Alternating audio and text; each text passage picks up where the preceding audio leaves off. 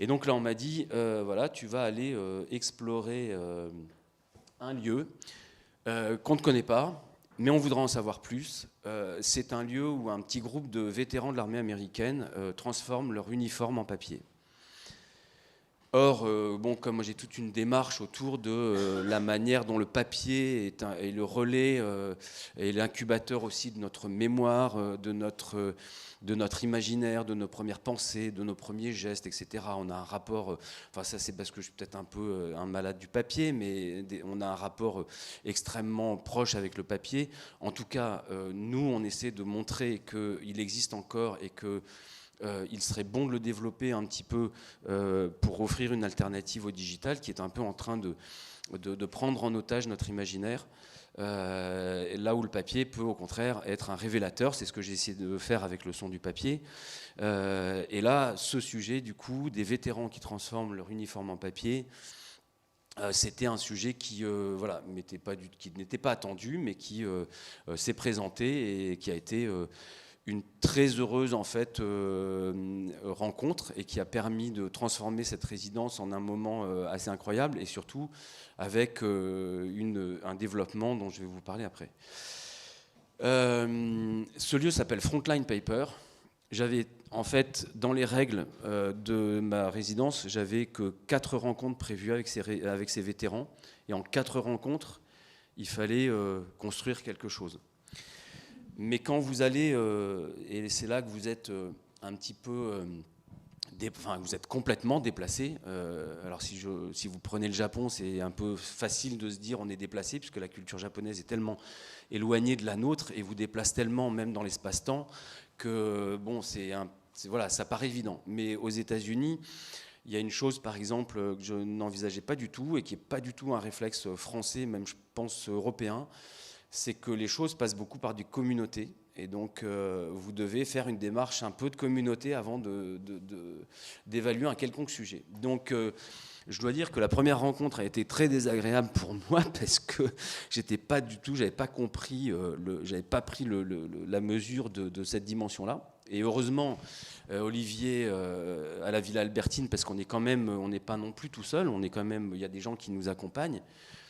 Je fais régulièrement des allers-retours avec la Villa Kujuyama, ça me permet de comparer un petit peu les deux, mais à Kujuyama vous avez des personnes qui vous aident à aller rencontrer les acteurs locaux, puisqu'on ne parle pas japonais, enfin en tout cas moi c'est mon cas, et donc ça vous permet, et puis on ne connaît pas tellement les coutumes japonaises, en tout cas pas dans les moindres détails, et c'est très important au Japon.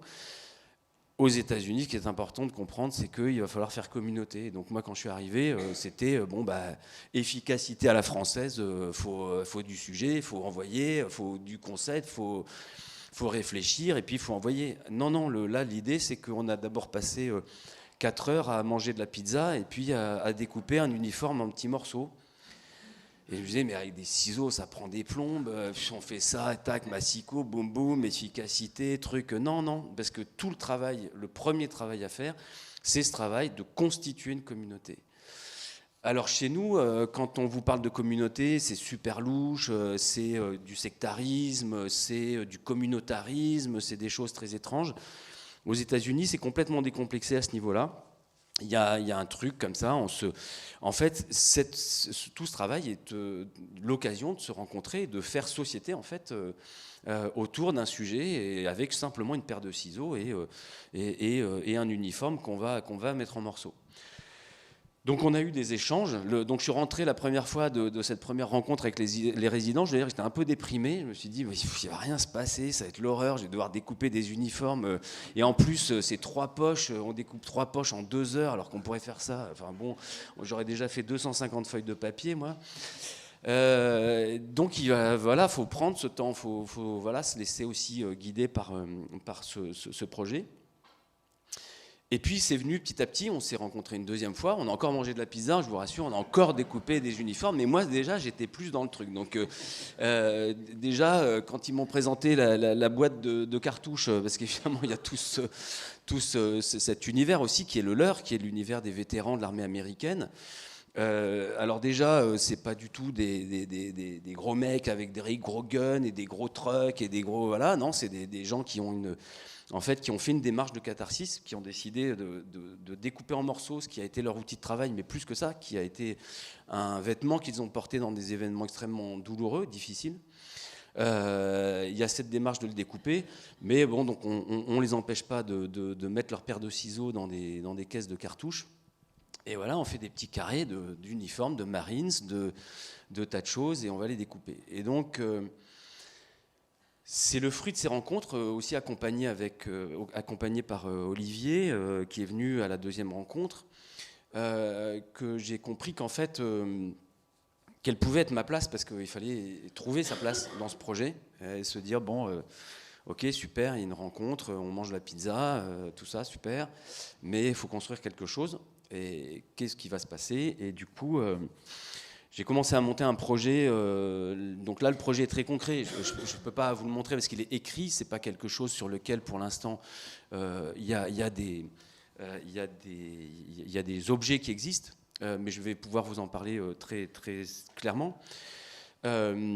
Juste pour vous montrer le processus, une fois qu'on a découpé les petits carrés de tissu, on va, alors surtout on les mélange pas puisque c'est vraiment lié à la mémoire de la personne. C'est un objet qui est chargé, qui est un objet qui a une vraie valeur. On va la mettre dans une pile hollandaise, c'est donc une machine qui va permettre de broyer, de défaire les fibres. Et on va les mélanger à des fibres cellulose et on va obtenir des feuilles de papier. Ils vont donc fabriquer des feuilles de papier à partir de cet uniforme. Donc tout ça, c'est à chaque fois bien rangé, bien classé, parce que ça fait vraiment partie de la démarche aussi de tout le processus. Et ensuite, ils m'ont présenté un petit peu ce qu'ils faisaient avec ce papier. Donc avec ce papier, ils ont un atelier de gravure, donc ils font le papier au rez-de-chaussée, puis après ils ont un atelier de gravure au premier étage. Et en fait, c'est là que je me suis rendu compte qu'il y avait probablement un croisement de culture à faire et puis probablement quelque chose d'intéressant à faire avec tout ce que je fais moi avec le papier et cette espèce d'obsession du papier que j'ai sous toutes ses formes. C'est qu'une des choses que je trouve un petit peu dommage dans la démarche, c'est que leur culture étant cette culture de l'armée, ils vont produire des images ensuite avec ce papier, des images de guerre. Ils vont continuer en fait sur le même registre. Donc il y a une catharsis qui est évidente, parce que vraiment, alors la catharsis, on l'a compris, c'est déjà de faire communauté, c'est déjà de couper ces petits morceaux de tissu en parlant, en disant moi j'ai vécu ci, j'ai vécu ça, etc.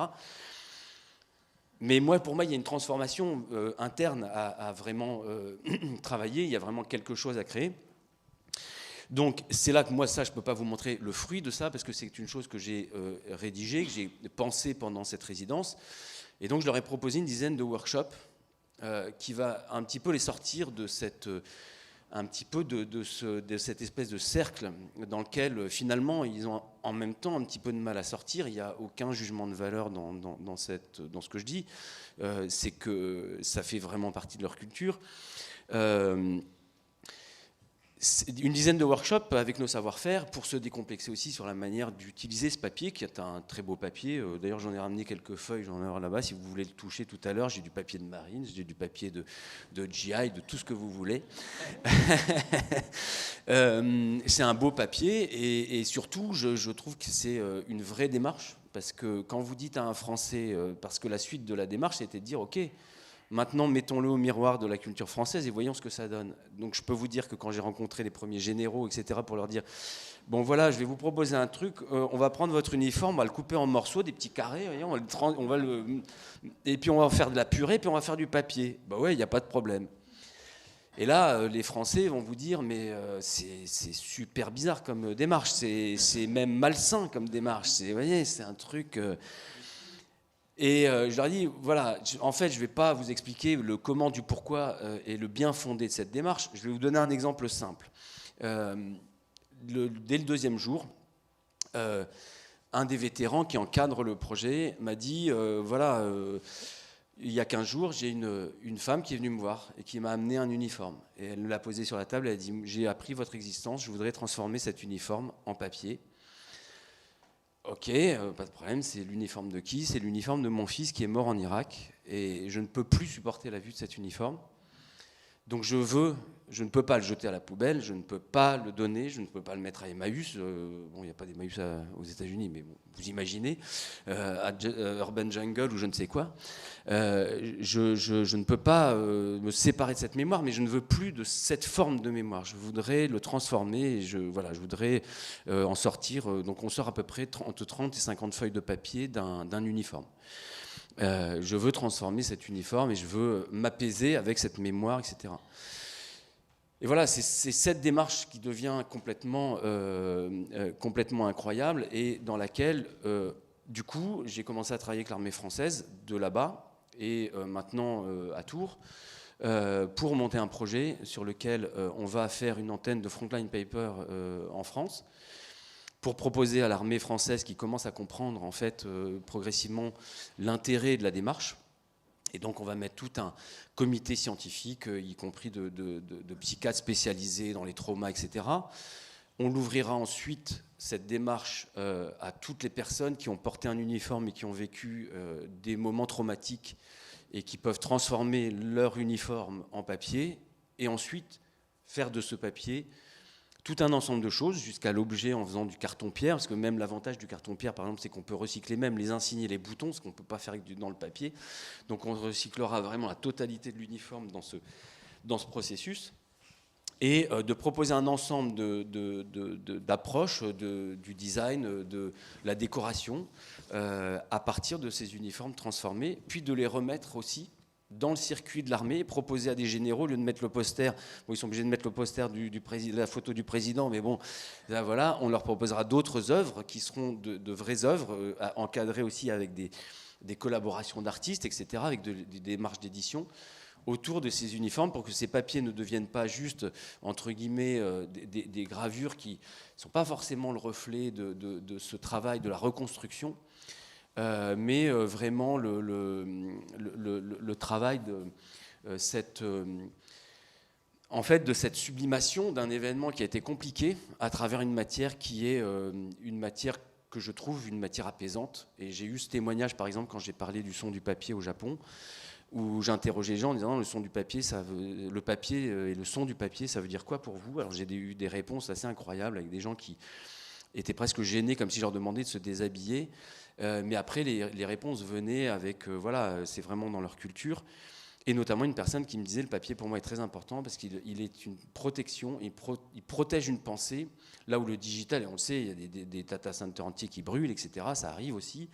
Le papier, même si la bibliothèque d'Alexandrie a brûlé, ça peut arriver, le papier quand même peut conserver aussi cette image, et surtout, elle incarne les choses.